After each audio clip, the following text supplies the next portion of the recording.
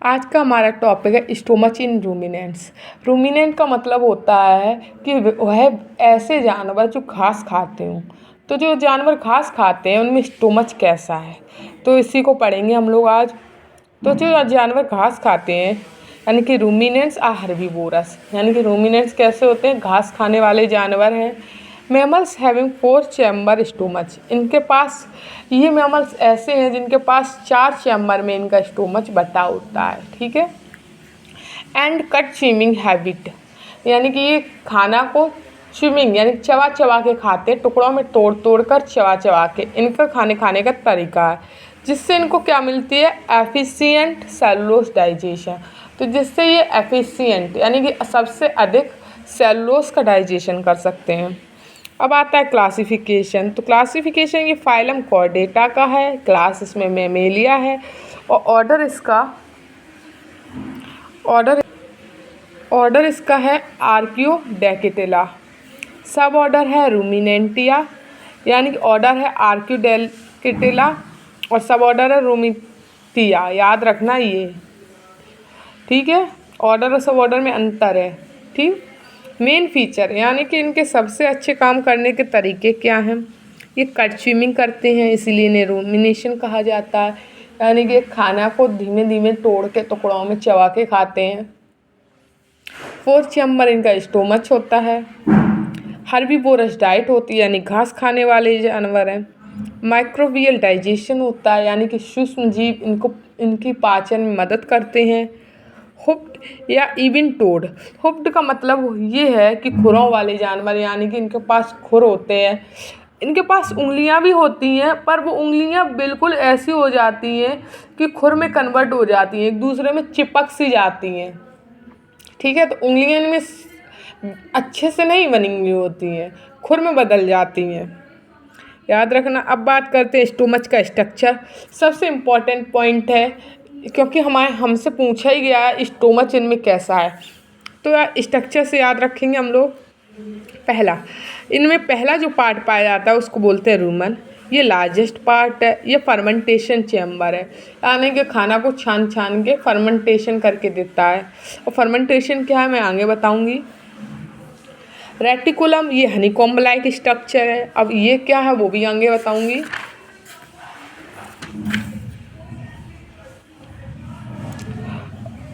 Omasum मैनीफोल्डेड sleeves like दिखता है। एबोसम true stomach है, असली स्टोमच कौन सा है, एबोमेसम ट्रू स्टोमच है जो ग्रैंडुलर होता है। एमसीक्यू के लिए फेवरेट है, हमसे पूछा जा सकता है विच स्टोमच इज ट्रू स्टोमच, तो आप लगाएंगे एबोमेसम, ठीक है। अब इनके जो पार्ट मैंने बताए, जो 4 पार्ट हैं, रूमन रेटिकुलम, अब ओमेसम, एवोसम, तो इन सबको अब पढ़ेंगे हम लोग डिटेल में, ठीक। रूमन फर्मेंटेशन वेट करता है। अब वेट क्या होता है या फर्मेंटेशन क्या होता है ये आपको बताती हूँ। वेट का मतलब होता है एक बड़ा चैम्बर, यानी कि ये सबसे बड़ा चैम्बर है, यानी कि रूमन क्या है, सबसे बड़ा चैम्बर। अब फर्मेंटेशन क्या है, फर्मेंटेशन में जो माइक्रोब्स होते हैं वो एब्सेंस ऑफ ऑक्सीजन, यानी कि वहाँ पे ऑक्सीजन नहीं पाई जाती है स्टोमच के अंदर में, तो कार्बोहाइड्रेट को ब्रेक करते हैं, यानी कि तोड़ते हैं। और कार्बोहाइड्रेट में मेनली क्या होता है, सेलुलोज और शुगर, यानी कि वो उनके खाने को तोड़ते हैं और उसमें जो सेलुलोज शुगर है उसको तोड़ने के बाद उसको वॉलेटाइल फैटी एसिड में कन्वर्ट करते हैं और उससे क्या लेते हैं, एनर्जी लेते हैं जानवर, जिससे वो सारा काम कर सकें। तो ये काम किसका है, रूमन का। तो और इसी प्रोसेस को बोलते हैं फर्मेंटेशन। तो अब यहाँ पे क्या लिखा है वो पढ़ते हैं। ये लार्जेस्ट चैम्बर है, मतलब ये स्टोमच का 80% वॉल्यूम यही ऑक्यूपाई कर रहा है। ये कंटेन करता है माइक्रोब्स मैंने बताया, यानी सूक्ष्म जीव, जिसमें आते हैं बैक्टीरिया, प्रोटोजोआ और फंगी। इनका फंक्शन क्या है, cellulose digestion. Fermentation produces VFAS, यानी कि वॉलेटाइल फैटी एसिड, यानी कि फर्मेंटेशन के दौरान ये क्या करते हैं, वॉलेटाइल फैटी एसिड प्रोड्यूस करते हैं। कैसे करते हैं, सेलुलोज का डाइजेशन करने के बाद, आपको बताया। पूरा मैंने समझा दिया ये अच्छे से। अब इसके लिए इम्पॉर्टेंट है वोलेटाइल फैटी एसिड, यानी कि इसमें कौन कौन से एसिड होते हैं। इसमें एसिटिक एसिड होता है, प्रोपियोनिक एसिड होता है, ब्यूटेरिक एसिड होता है। एनर्जी का सोर्स क्या है, यानी कि जो जानवरों में एनर्जी देता है खाना खाने के बाद, तो उनकी पूरी बॉडी को फिर दिन भर चार्ज करने में मदद करता है, वो है वोलेटाइल फैटी एसिड। ठीक है, तो ये र्यूमन तो समझ में आ गया होगा। इसका मेन फंक्शन क्या है, इसका मेन फंक्शन क्या है, इसका मेन फंक्शन है कि जब गाय या वो जानवर क्या करते हैं, खाना को सीधे स्वेलो कर लेते हैं, यानी कि लिगल लेते हैं, चबाते नहीं हैं। तो जब लिगल लेते हैं तो लिगलने के दौरान ये र्यूमन हमारा काम करता है, और वह र्यूमन में उस खाने को तोड़ता है कार्बोहाइड्रेट में। कार्बोहाइड्रेट मेनली शुगर और सेलुलोज है, और उस शुगर और सेलुलोज को वह कन्वर्ट करता है वोलेटाइल फैटी एसिड में, जो बाद में जानवरों को क्या देती है, एनर्जी। अब जो खाना बच गया उसका क्या होगा, रेटिकुलम, यानी कि रेटिकुलम हनीकॉम्ब लाइक स्ट्रक्चर है। ये वर्क विथ र्यूमन, यानी कि ये र्यूमन के साथ काम करता है। अब र्यूमन के साथ काम कैसे करता है, अब जो खाना बचा, यानी जो खाना डाइजेस्ट नहीं हुआ प्रॉपरली, अब वो खाना क्या होगा, वो खाना क्या होगा अभी वो बताऊंगी। पहले ये देख लो, वर्क विथ र्यूमन, र्यूमन के साथ काम करने की वजह से इसे हम रेटिकुलो र्यूमन भी कहते हैं, याद रखना। ठीक, इनका फंक्शन होता है फूड स्टोरिंग और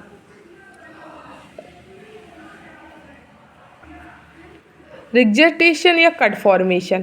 तो मैंने आपको बताया ये किसके साथ, र्यूमन के साथ काम कर रहा है। तो र्यूमन के साथ क्या काम करेगा, यानी कि अब बताती हूँ, जो खाना बचा, खाना बचने के बाद ये क्या करता है, उस खाने को पेट से मुंह में वापस लाता है, और मुंह में वापस लाने के बाद उसको चबाता है, यानी कि उसको कट च्यूइंग करते हैं, यानी कि चबाता है।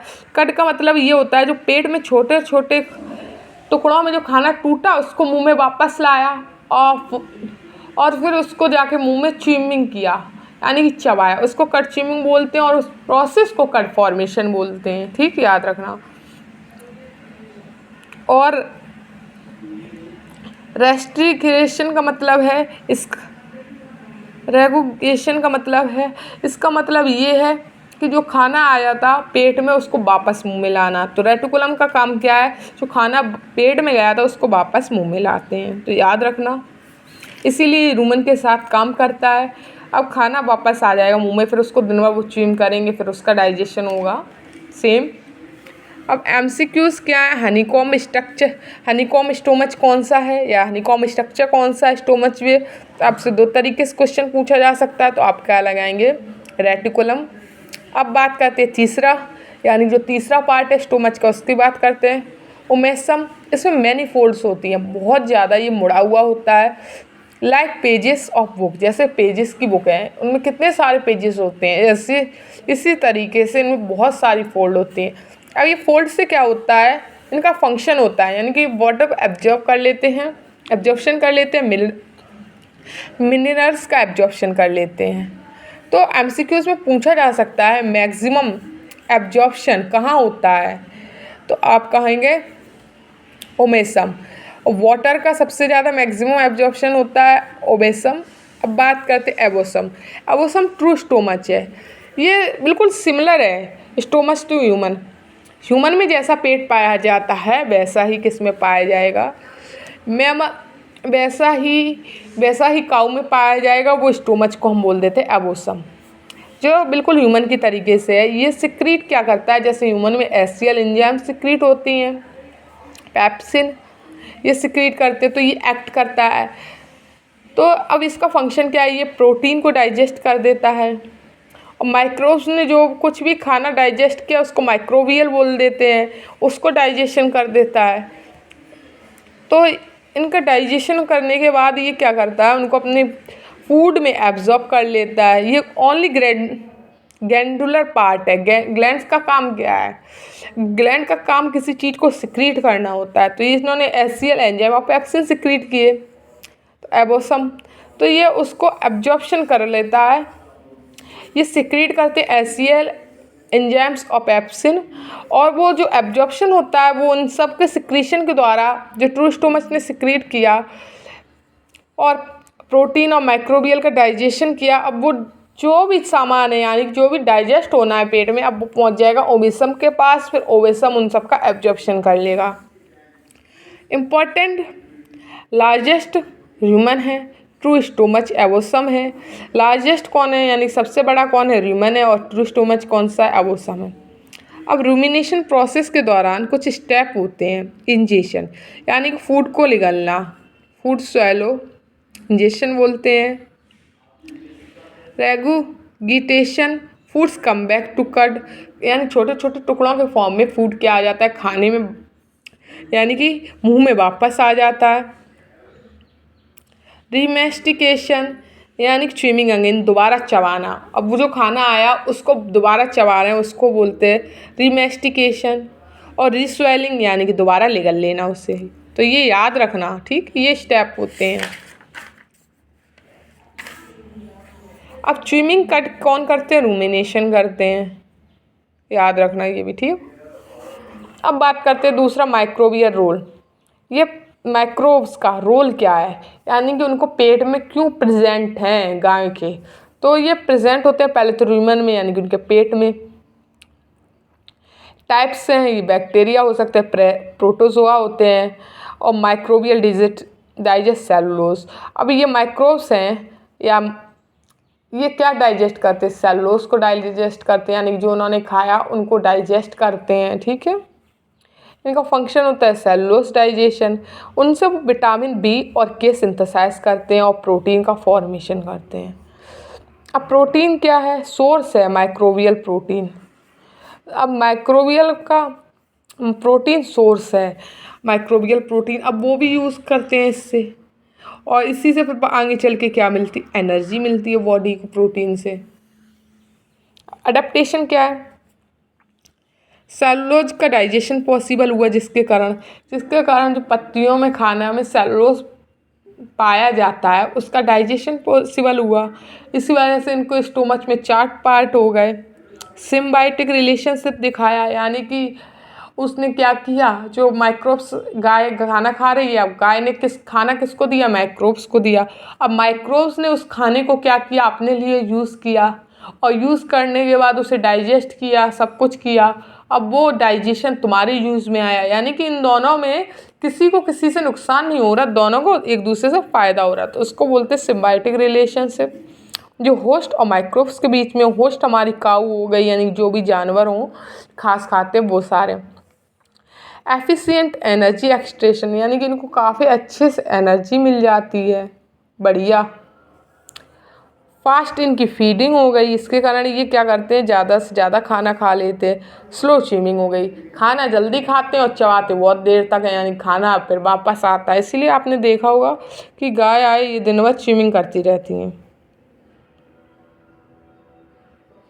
Efficient use of poor food quality, यानी कि जो ख़राब खाना है तो इससे भी वो क्या करती हैं, अच्छे से उसको यूज़ कर सकती हैं। ग्रीजिंग एडेप्टेशन हो गया है। ग्रीजिंग यानी कि उनको चलने और चबाने में कोई दिक्कत नहीं हुई, यानी कि वो धीमे धीमे चबाती रहती। ग्रीजिंग करने का मतलब चबाना होता है। सिम्बायोटिक रिलेशनशिप दिखाती हैं, तो ये इनमें एडेप्टेशन हो गई स्टोमच के कारण। अब ये स्टोमच में बदलाव आए तो उनके दांतों में भी तो कुछ बदलाव होंगे। तो डेंटल एडेप्टेशन भी है, यानी कि इनके दांतों में बदलाव है। अपर में इंसीजर्स एब्सेंट हैं, डेंटल पैड प्रेजेंट हैं, जिसके कारण क्या है, वो खाना को च्यूइंग करते रहते हैं। स्ट्रॉन्ग मोलर्स फॉर ग्राइंडिंग यानी कि ग्राइंडिंग का मतलब क्या होता है, मिक्सी में धीमे धीमे ग्राइंडिंग करते हैं, किसी चीज़ को पीस देते हैं, तो इसीलिए इनका क्या होता है, स्ट्रॉन्ग मोलर प्रेजेंट होता है ग्राइंडिंग के लिए। फर्मेंटेशन प्रोडक्ट क्या है, यानी कि जो इन्होंने फर्मेंटेशन करने के बाद जो प्रोडक्ट बनाया, यानी कि जो इन्होंने अपने इतनी मेहनत की और उसको कुछ काम में नहीं ले सकते, तो उसके लिए उन्होंने क्या प्रोडक्ट बनाया जो उनकी बॉडी में यूज़ हो रहा है, तो वो है वॉलेटाइल फैटी एसिड, VFAS। इसमें 3 तरीके के एसिड आते हैं, acetic acid, propanoic acid, butyric acid, ठीक है। ये क्या है, तीनों मेन एनर्जी का सोर्स है, इससे एनर्जी मिलती है इनको। एग्जाम्पल ये पाए जाते हैं काऊ, फैलो, गॉट और शीप में। इम्पॉर्टेंट वन लाइनर क्वेश्चन ये पूछे जा सकते हैं। लार्जेस्ट चैम्बर कौन सा है? ह्यूमन। हनीकॉम्ब लाइक स्ट्रक्चर किसका है? रेटिकुलम का। वाटर एब्जॉर्प्शन कहाँ हो रहा है? ओवेसम में। ट्रू स्टोमच कौन सा? एबोसम। फर्मेंटेशन कहाँ होता है? ह्यूमन में। कट फॉर्मेशन कहाँ होता है? रेटिकुलम में। बुक स्टोमच किसको बोलते हैं? ओवेसम। एससीएल कौन सिक्रीशन करता है? एबोसम। तो ये सारे क्वेश्चंस आपसे बन सकते हैं। अब जितना भी पढ़ाया उन सबको एक ही बार में पूरा सिंथेसाइज यानी कि कंडक्ट कर लेते हैं एक ही पॉइंट में। तो अब कंक्लूज़न पे आ जाते हैं। रूमिनेशन एक हाईली स्पेशलाइज्ड हर्बीवोरस मैमल हैं, यानी कि रूमिनेंट्स वह मैमल्स हैं जो हाईली स्पेशलाइज्ड हैं, जो घास खाने के लिए अपने आप को पूरी तरीके से बदल चुके हैं, जिनमें 4 चैम्बर स्टोमच पाया जाता है। 4 चैम्बर स्टोमच है, उसमें कौन सा है? र्यूमर, रेटिकुलम, ओवेसम, एबोसम प्रेजेंट होता है। यानी कि इनमें क्या, इन्होंने अपने अंदर 4 चैम्बर स्टोमच डेवलप कर लिया। ये स्ट्रक्चर उन्हें सिंपल एनिमल से अलग करता है। सिंपल एनिमल में स्टोमच डिवाइड नहीं होता, वहीं इनमें क्या है, स्टोमच इन्होंने डिवाइड कर लिया जिससे अच्छे से पाचन कर सके। इनका सबसे इम्पॉर्टेंट फीचर है रूमिनेशन यानी कंज्यूमिंग।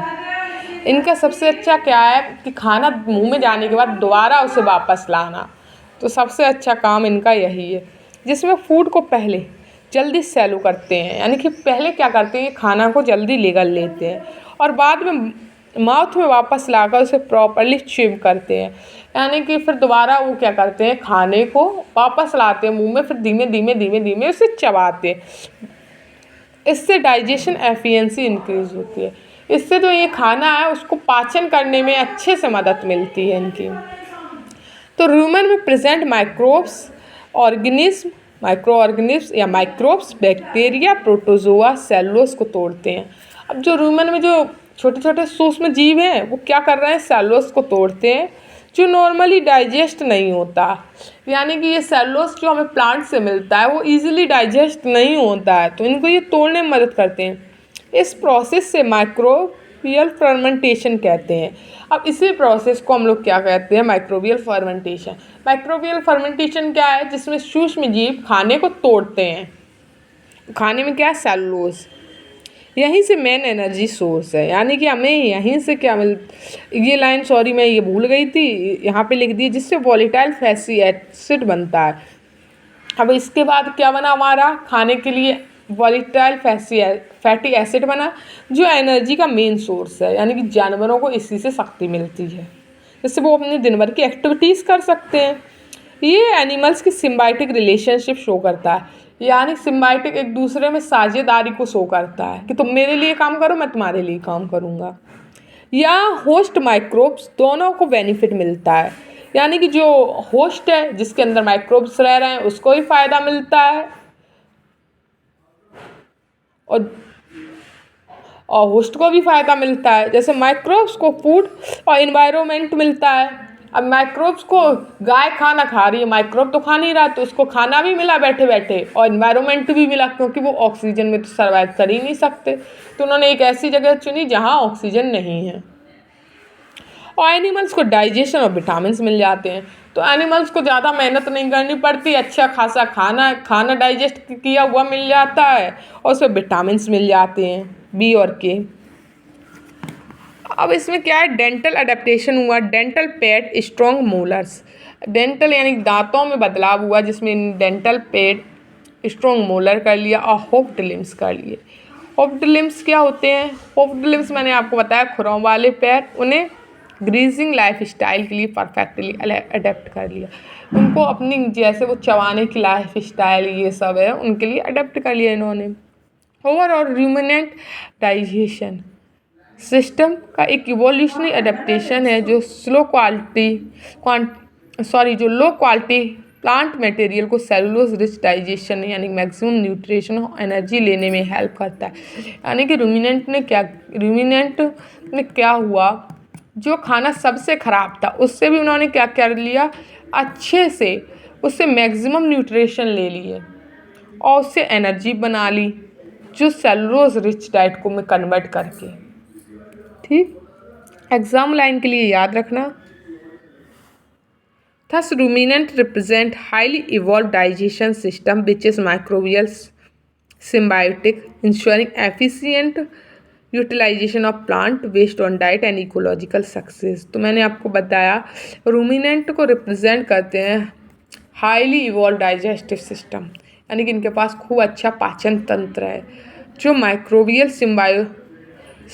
सिम्बायोसिस को दिखाता है, यानी कि माइक्रोब्स भी उसमें काम कर रहे हैं जिससे उन्हें एफिशिएंट यूटिलाइजेशन मिल जाता है, खाने को पचाने के लिए एनर्जी मिल जाती है, प्लांट वेस्ट होती डाइट को मदद करता है, इकोलॉजिकल सक्सेस में हेल्प करता है।